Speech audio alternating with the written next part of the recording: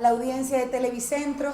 Creo que, como ya lo dijo el compañero presidente, es un triunfo del país, es un triunfo de la democracia. Evidentemente los resultados de la consulta popular, como un reflejo de lo que se puede lograr con un diálogo que propenda la unidad del Ecuador, definitivamente marca una hoja de ruta importante para seguir avanzando y proyectándonos hacia el futuro. Por parte del Ejecutivo, del gobierno de todos, definitivamente una de las tareas ineludibles, indispensables y urgentes será velar por el fiel cumplimiento del mandato popular de las urnas en el marco de los resultados de la consulta popular.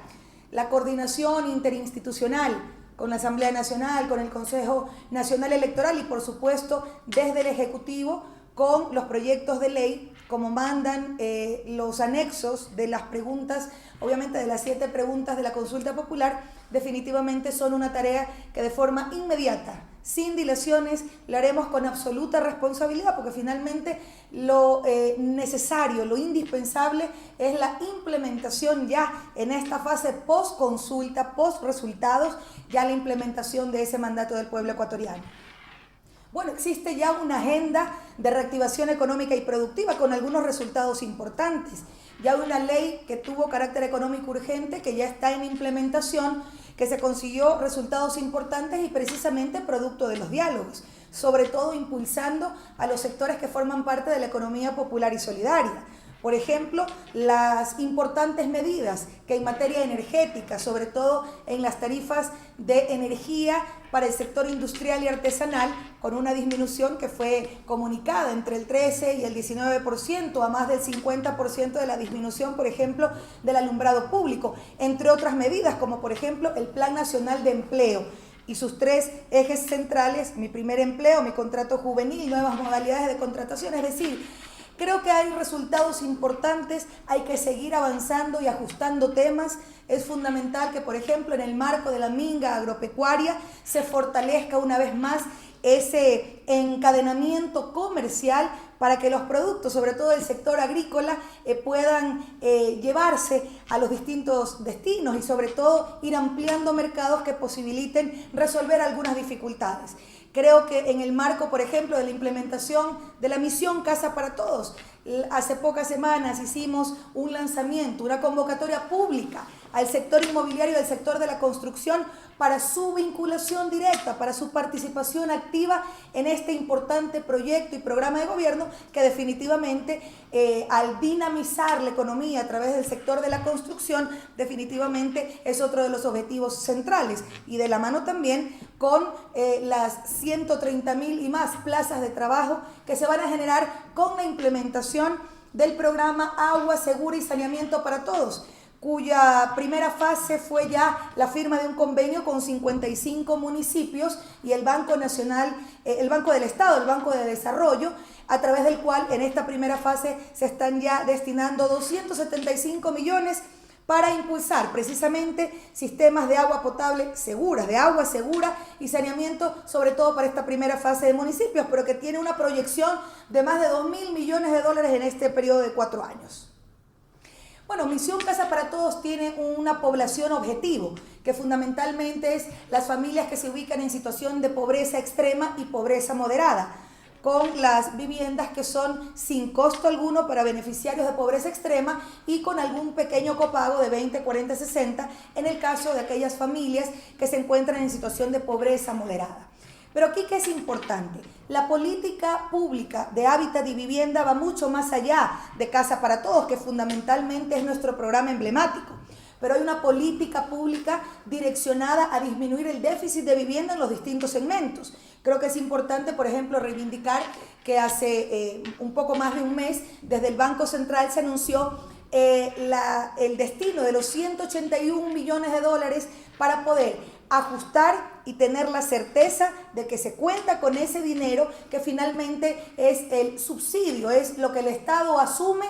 para las tasas de interés, para el 4% de la tasa de interés cuando se trata de créditos hipotecarios a través del sistema financiero y de las cooperativas, obviamente el sistema cooperativo de economía popular y solidaria, en cuanto a créditos de vivienda de interés público, es decir, hasta $70.000, que también incluye vivienda de interés social. Recordemos que parte del objetivo de Misión Casa para Todos es precisamente la implementación de urbanizaciones que generen mixtura, no solo de Misión Casa para Todos, sino también para otros segmentos de la población. Vivienda de interés social hasta $40.000 y vivienda de interés público hasta $70.000. Ese es el gran objetivo. Y evidentemente la dinamización de la economía a través, en los territorios, a través de la construcción es innegable. Y yo creo que el triunfo también de la pregunta 6 relacionada a la ley de plusvalía, que bajo ningún punto de vista implica renunciar al objetivo de combatir la especulación del suelo, pero sí a través de mecanismos que, a diferencia de la ley de plusvalía, tuvieron un impacto negativo en un sector fundamental para la economía como es la construcción. Creo que esta es una nueva etapa y evidentemente es corregir un error sin perder la esencia de lo que nos planteamos cuando se aprobó la conocida ley de plusvalía, que es precisamente combatir la especulación del suelo, y en eso evidentemente hay normativas que ya están en vigencia y que cumplen ese rol, y otras que evidentemente tendrán que hacerse reformas para con más contundencia y más eficacia lograr ese importante objetivo nacional. Y ese es un desafío con o sin enmienda, y definitivamente es a lo que apunta el país y a lo que deben de conducirse las organizaciones políticas. Y recordar frente a su pregunta que efectivamente la política, la democracia y la sociedad son procesos dinámicos, no son estáticos. Y qué mejor que a través del voto de nuestro soberano en las urnas, qué mejor que a través de un proceso de consulta popular, los mandantes, el pueblo ecuatoriano en las urnas, haya validado o invalidado la enmienda respecto al tema de la reelección, que finalmente lo que impulsa en el marco de la consulta popular es retomar el espíritu de Montecristi, en uno de los procesos más democráticos de la historia del país, como fue precisamente en la Asamblea Nacional Constituyente, que dio como resultado una constitución que fue aprobada por la inmensa mayoría del pueblo ecuatoriano. Creo que ha sido la oportunidad, como resultado del diálogo nacional, de volver a tener sintonía con las demandas de la gente, con lo que han planteado los distintos sectores, gremios, movimientos políticos, organizaciones sociales. Una tendencia importante de respaldo de las organizaciones políticas progresistas que han estado siempre impulsando este proceso democrático y que sin lugar a dudas cuenta también con el inmenso respaldo de las organizaciones sociales, pescadores, campesinos, artesanos, mujeres, comunidad universitaria. Es decir, creo que ha habido un importante reflejo de lo que la gente demandaba, y qué mejor que sean las urnas las que se pueda tomar esas decisiones con la legitimidad y obviamente la constitucionalidad y la legalidad que este proceso tiene. De manera que, insistir, la política y la democracia y la sociedad son procesos dinámicos, no estáticos. Y un proceso que se autodefine como revolucionario permanentemente deberá revisarse, repensarse, acudir al mandante tantas y cuantas veces sean necesarios para seguir caminando en sintonía siempre con las demandas de nuestro pueblo. Ha sido enfático el presidente de la República y el gobierno de todos. Se preguntará tantas y cuantas veces sean necesarios para seguir avanzando en democracia, para seguir fortaleciendo la participación ciudadana. Evidentemente quedan algunos temas pendientes que se han tratado en los diálogos y que sin duda saldrán más adelante, porque el diálogo, el gobierno de todos nunca lo ha entendido como un mecanismo para apagar incendios o como una forma de enfrentar las coyunturas.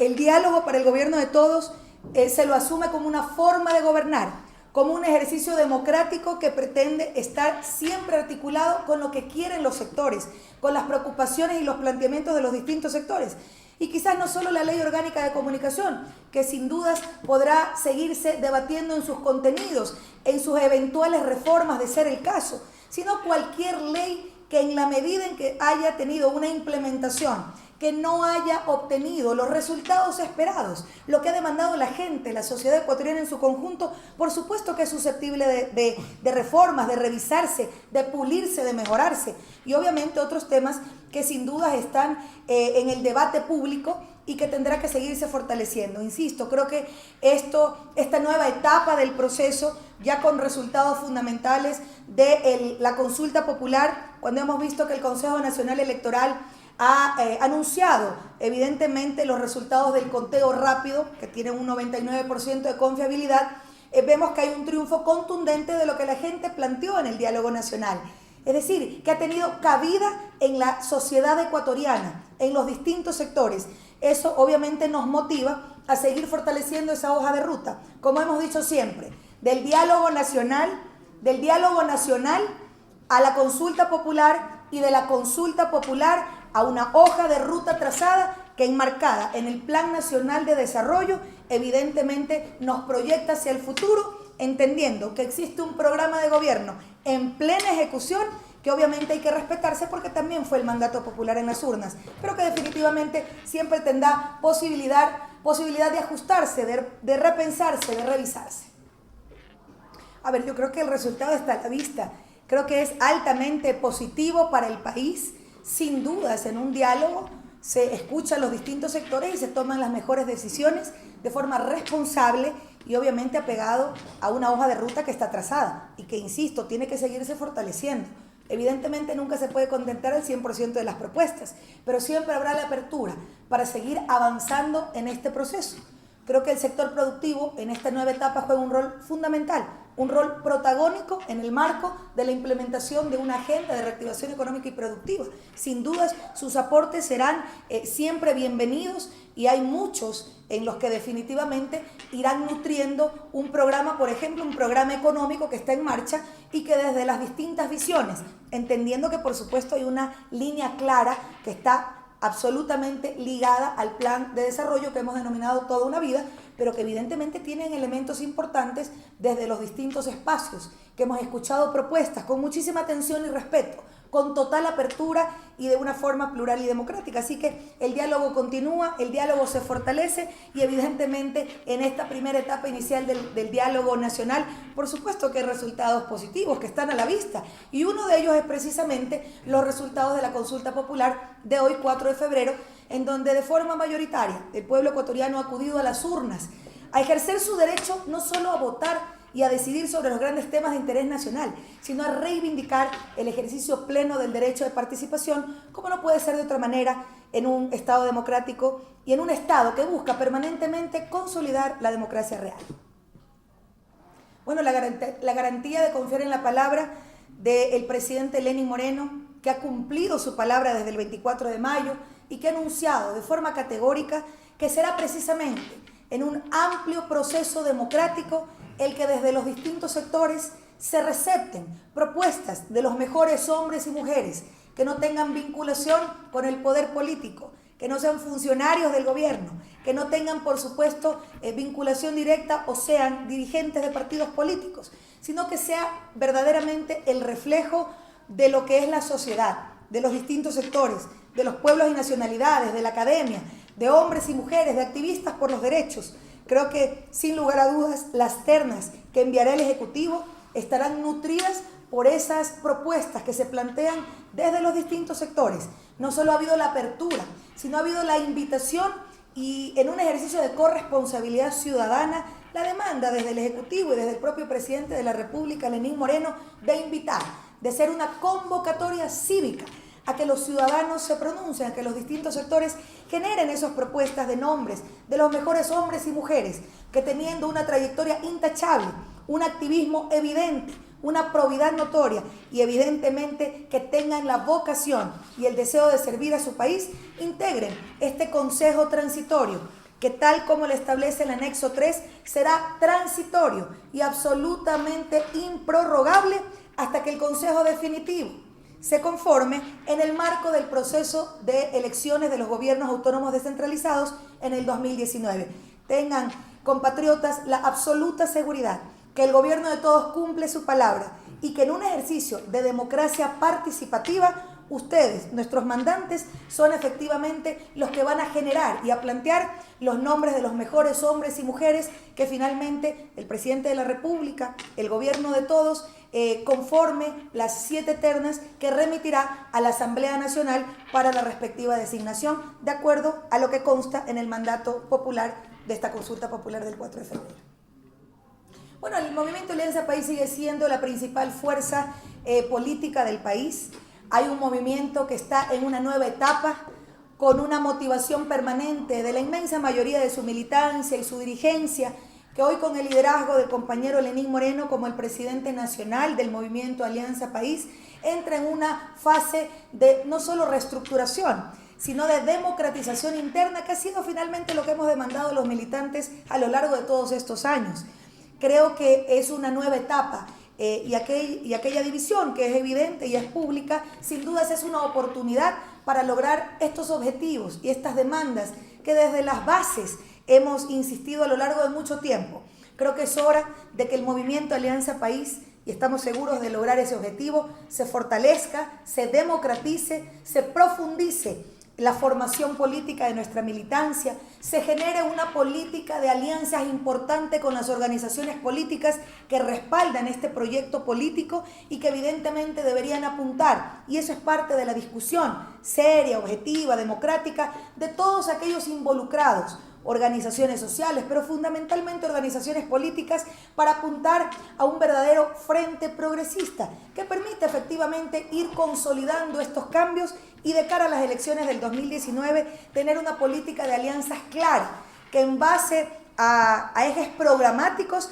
nos permitan plantearle a nuestros votantes, al electorado, al pueblo ecuatoriano, alternativas de cuadros frescos, potentes, de nuevos liderazgos que sin dudas existen, hombres y mujeres valiosos, compañeros y compañeras a lo largo y ancho del territorio nacional, que evidentemente llevarán la bandera de un proyecto político que en este nuevo momento se fortalece levantando la bandera de la revolución ética, de la sintonía fundamental con el pueblo ecuatoriano. Siempre entendemos a una organización política como un medio para llegar a ese fin. Y el fin es efectivamente la construcción del Ecuador del buen vivir, y hacia allá estamos orientando todos nuestros esfuerzos. No nos vamos a adelantar en ese sentido, es el compañero presidente el que hará el anuncio respectivo de las funciones que me encomiende, pero evidentemente viene en esta fase de postconsulta también un arduo trabajo para la implementación de ese mandato popular, y también dentro de los proyectos y programas emblemáticos,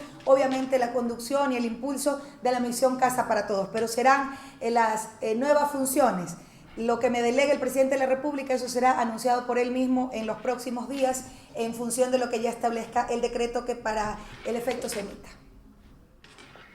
Bueno, creo que hay una hoja de ruta trazada en el país, hay un plan